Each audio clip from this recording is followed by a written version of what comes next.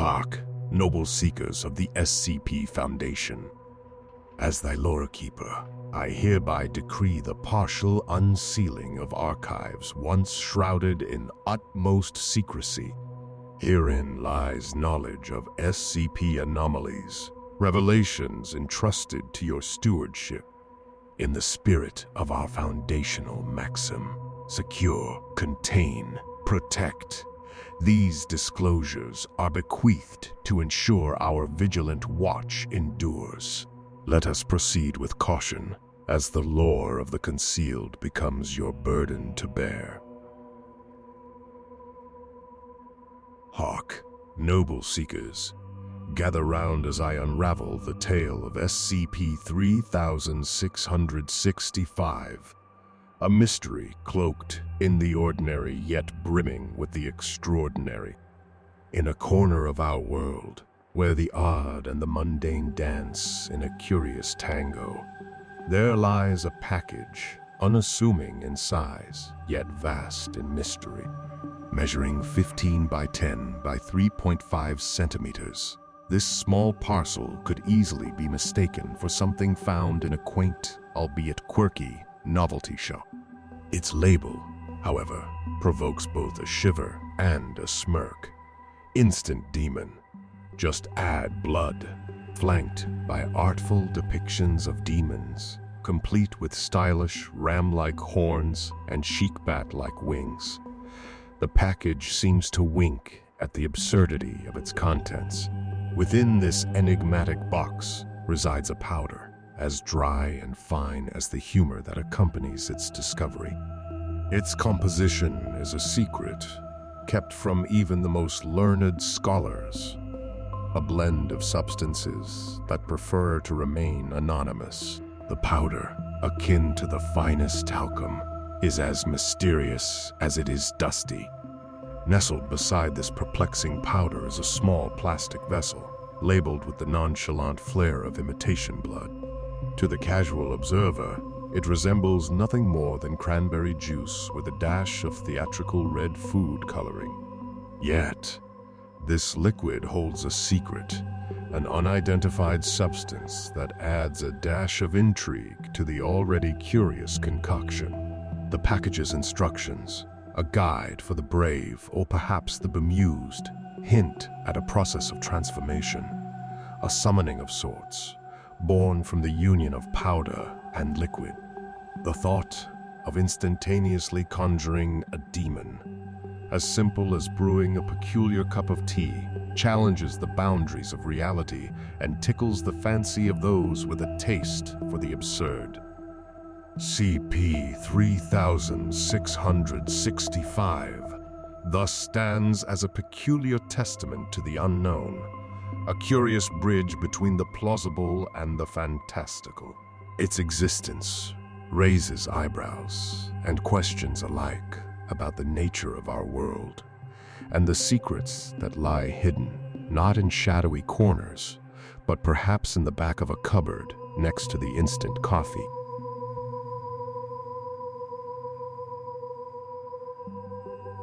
Imagine, noble seekers, that within thine own hands thou holdest the mysterious package of SCP-3665, crafted by the shadow-wrapped hands of Asmodeus Labs.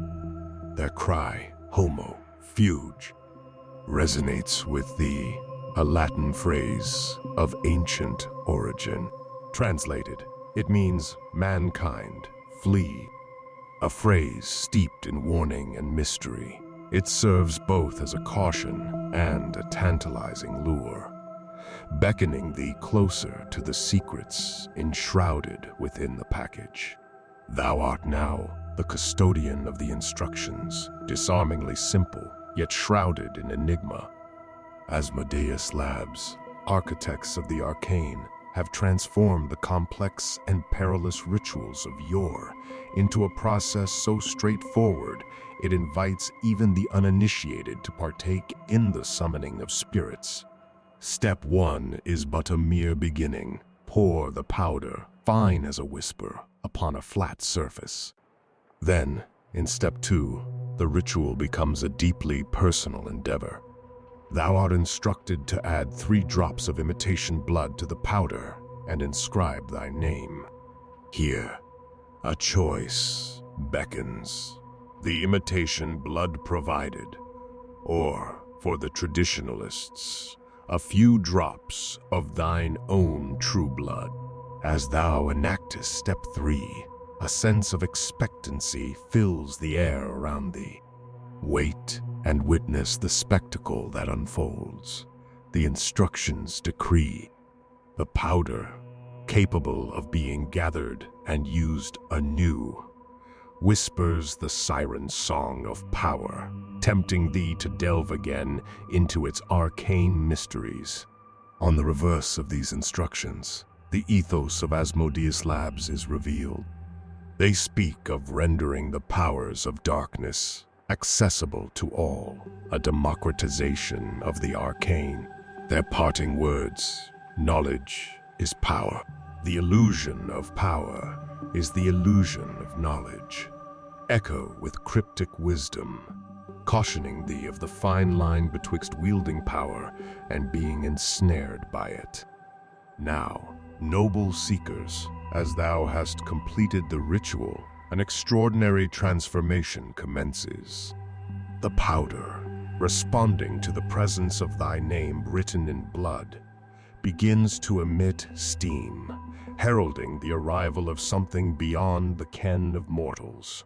This steaming, a prelude to the emergence of SCP-3665-1, marks a 20-minute sojourn into the unknown. In these moments, as anticipation and a subtle dread intermingle, the ritual reaches its zenith. From within the red mist, SCP-3665-1 emerges, initially an ephemeral swirl, then gradually assuming a more tangible form. This entity, a being of ancient power, manifests before thee, lamenting its confinement to such a lowly form. Listen to its lament, noble seekers, and contemplate the hidden depths of its true nature, obscured within the confines of SCP-3665-1. Despite its apparent discontent, it extends a greeting to thee, the summoner, a gesture born perhaps of ancient obligation or a grudging acknowledgement of thy audacity or folly in calling forth such a being from the shadows of existence.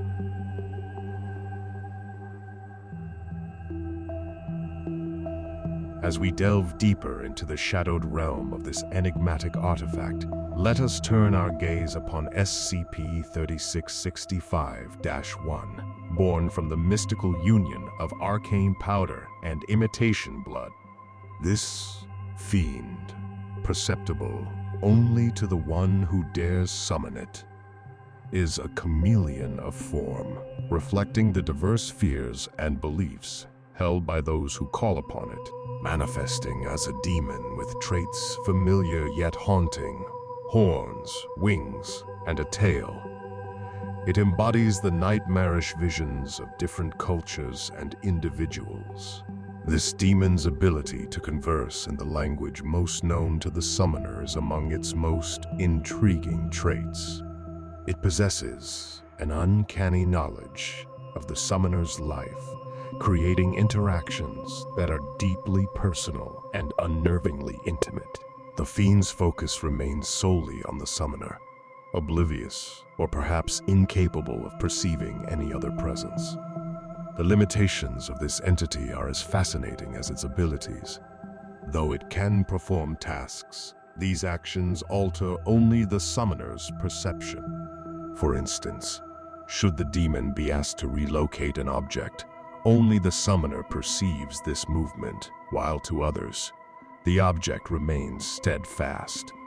This reinforces the notion that the entity's realm is confined to the perceptual, unable to enact tangible change in the physical world.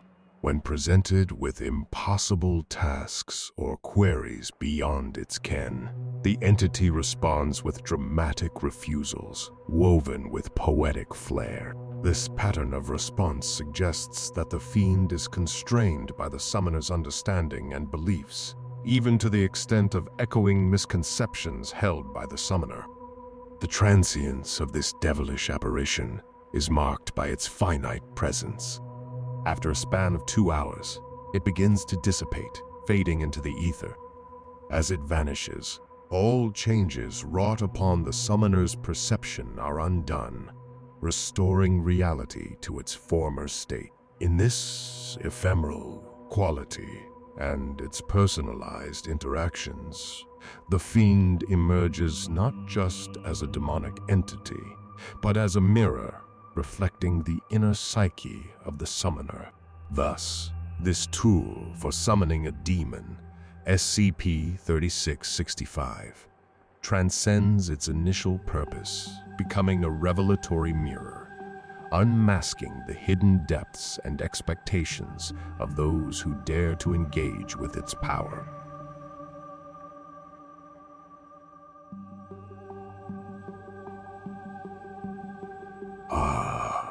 Noble seekers, let us now witness a curious exchange. A dialogue betwixt Dr. Reynard and the entity known as SCP-3665-1. In this interview, we shall find a blend of the arcane and the mundane, a dance of wit and revelation. In a chamber, shrouded in the mystique of the unknown, Dr. Reynard sits across from the entity known as SCP-3665-1. The air is thick with the unspoken, a battlefield of wit and wills. Tell me, who or what are you? The entity, with an air of grandiose disdain, addresses the doctor. Lowly human who dares to question my nature when knowledge of it would strike fear into thy very soul. I am a demon called here to fulfill your will. Call me what you will. Dr. Reynard, unfazed by the entity's traumatics, smirks and casually bestows upon it a name both mundane and mocking. All right, Bob, it is for the remainder of this testing period. The entity, embracing the name with a flourish of theatrical bravado, proclaims its new title as a harbinger of terror. Yes, 'tis indeed a good name that shall strike terror into the hearts of all good and holy men. All shall fear the name of Bob. Dr. Reynard, amused, notes this interaction before issuing a simple request to test Bob's capabilities. Now, Bob, can you fetch me a cup of coffee? Complying, Bob departs and returns, placing a cup of coffee before Dr. Reynard. Dr. Reynard drinks the coffee, appearing refreshed, though it's likely a mere illusion. Next, bring me a small cup of water and pour it on me. Bob obliges, returning with water and dousing Dr. Reynard. Dr. Reynard reacts with discomfort, yet there's no physical sign of wetness, a testament to the entity's illusory powers. Open the door. I want to see what's behind it. Bob refuses the request with a dramatic outcry, revealing its limitations. Leave these frivolous demands, which strike a terror to my fainting soul. The door remains closed, Bob unable to fulfill this command. Why do you follow instructions when summoned? Bob speaks of a binding contract, hinting at ancient rules that govern its actions. I am bound by the terms of our contract. Alas, were I not, I would spread evil across this land as my ilk did in the days of old. Count thy blessings, human. Curious about the origins of the contract and its creators, Dr. Reynard probes further. Who created SCP-3665, and by extension, the contract? Bob's response is eerily repetitive, suggesting a limitation in its ability to divulge such information. Leave these frivolous demands, which strike a terror to my fainting soul. What can you tell me about Asmodeus Lab? The entity's cryptic response hints at some knowledge of its creators. Per inno equalem respect to Titus. Seeking clarity, Dr. Reynard asks for an explanation of the previous statement. Explain your previous response. Bob speaks in riddles again, alluding to its elusive contractors and the pursuit of true power. My contractors are elusive, but Solomon miseris socios sabvis dolores. Do you crave real power? Find us at the crossroads. The interview concludes with more questions than answers. The investigation into Bob's responses and the nature of Asmodeus Lab's ongoing, with further tests planned.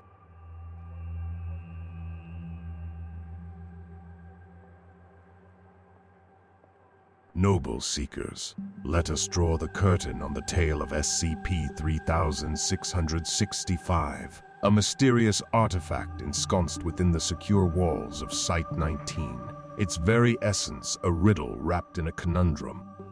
In the shadowed halls of SCP containment, SCP-3665 finds its abode.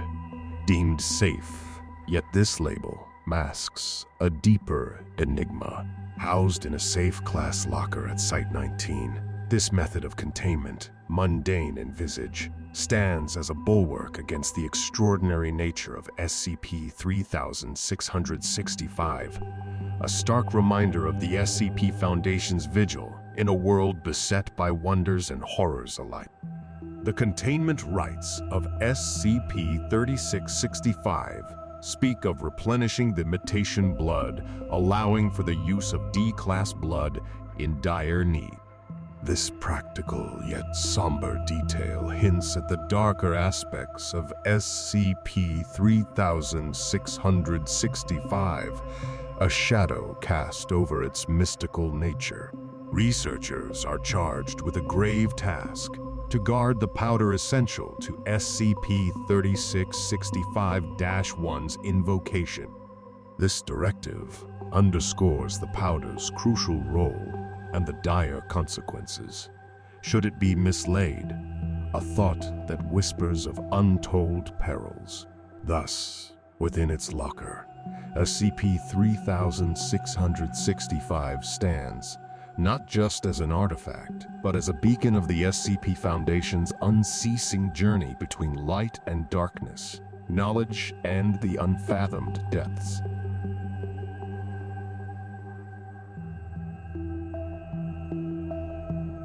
Our briefing concludes.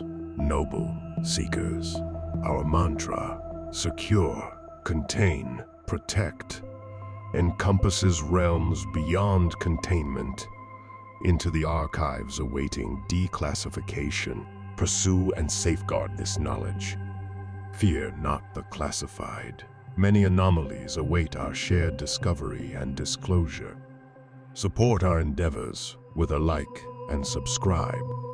For those whose thirst for the unknown lingers, further declassified files await your attention.